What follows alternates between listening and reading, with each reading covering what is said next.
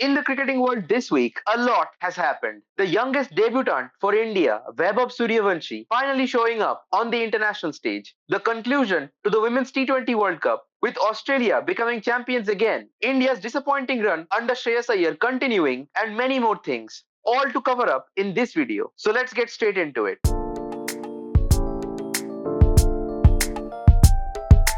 Quick apology before we get started. We missed out on a video last week due to technical as well as weather issues in our areas, which pushed things back a few days. We thank you for your patience, but trust me, it's been worth the wait. So, without wasting much time, let's dive right into the biggest talking point in international cricket right now, Vaibhav Sooryavanshi.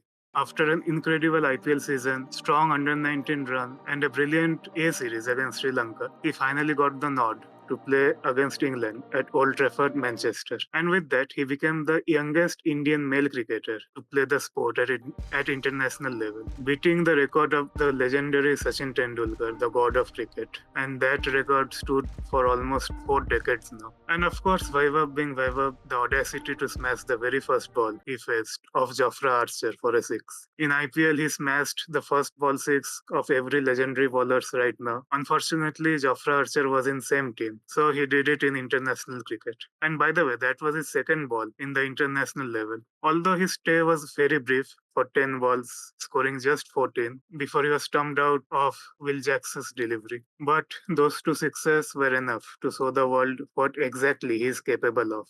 And one more thing, Sachin Tendulkar scored 15 in his first international innings. Vaibhav scored 14. I guess he's on the right track. While Vaibhav's debut was the biggest talking point in world cricket, we cannot look the other way from the overall result of the match, where India lost the plot in the middle overs. Tilak Verma's late blitz got India to 190 yes, a solid total, and Arshdeep's twin strikes in the very first over, dismissing both English openers for 2 golden ducks, gave India a very bright start.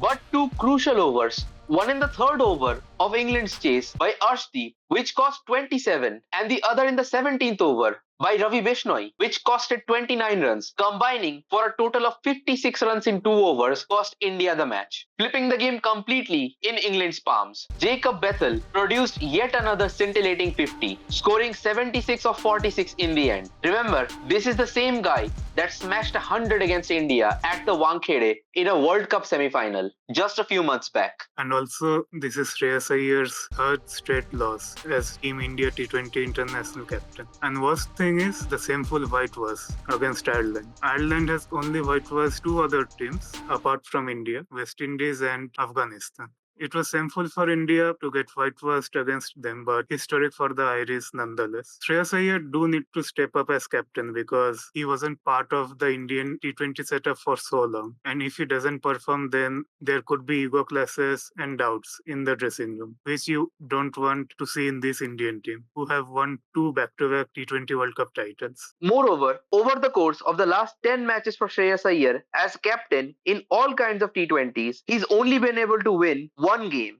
that too against the mighty LSG. If you remember, finished bottom of the table this season in the IPL. Unfortunately, what was happening with the Punjab Kings kind of feels like the same thing that's now happening with the Indian national team. We're kind of built for flat tracks, and it's costing us games against teams that don't give us that comfort, especially away from home. Shreyas भाई दिखता एक point ठीक था लेकिन इधर series नहीं देने का है. Another factor that could be affecting the balance of the squad might be the amount of lefties in the team right now. I think most of us would have wanted Vaibhav to come in place of Abhishek Sharma and not Sanju Samson, a left-hander replacing a left-hander. Because right now, we have too many left-handers in this team. Iyer being the only exception in the top and middle order. And when everyone bats the same way, it makes life way too easy for the opposing bowlers to plan around. That's exactly why Sanju Samson was brought into the fold during the T20 World Cup. He wasn't getting chances early on during the tournament, but got his chance in the team when India was struggling against off-spin early on. And he was indeed needed to break up that left-hand heavy top order, ending up being the player of the tournament. Imagine being the player of the tournament and getting dropped. Oh wait, the captain also got dropped. Never mind. Only in Vishwaguru's India. And one more thing that we have to keep in mind is that the next T20 World Cup will be in Australia and New Zealand. We have already seen that even in T20 cricket, those pitch and wicket could be a bit spicy. I don't know how many people remember, but Sydney Thunder literally got bowled out for 15, 1-5, while chasing 140 just a few years back in BBL. You do need calm, composed batting at the top of the order in those conditions. But right now, if you see our playing 11, especially the top order, there is Vaibhab, Abhishek, Sanju, Isan, all stroke makers. With the current template we are either 80 for none in 6 overs or 20 for 5. No in between.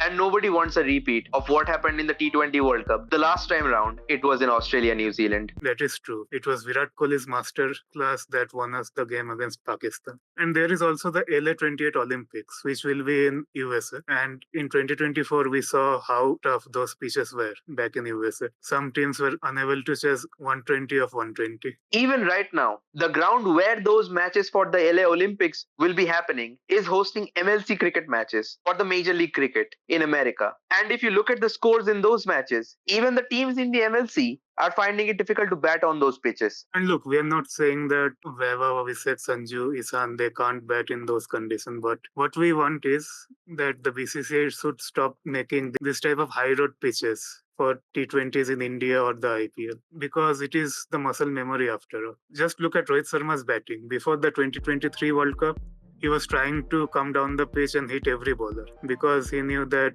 in India, in the ODI World Cup in 2023, he will need at least 350 or even 400 to win. But right now, if you watch his batting, he has changed his tactics again, taking time, seeing off the ball early on, because next year the World Cup will be in South Africa. We know that South African pitches are always going to be challenging. So it is all about the muscle memory and mindset. If you continue to play on this type of flat pitches, you will struggle somewhere down the line in a crucial game away from India. To add to the misery of Indian cricket fans, the women's team have also crashed out of the T20 World Cup. And in the end, it was the inevitable ones, the Aussies, again, who won the T20 World Cup. At this point, it's just routine. Eat, sleep, win an ICC event, and repeat. It was the 7th ICC T20 World Cup title, by the way. Credit khud chal ke aata hai. And Australia have gone on a very long drought of 3 years in women's cricket of not winning an ICC title. They have set the standards so high that 3 years feels like an eternity.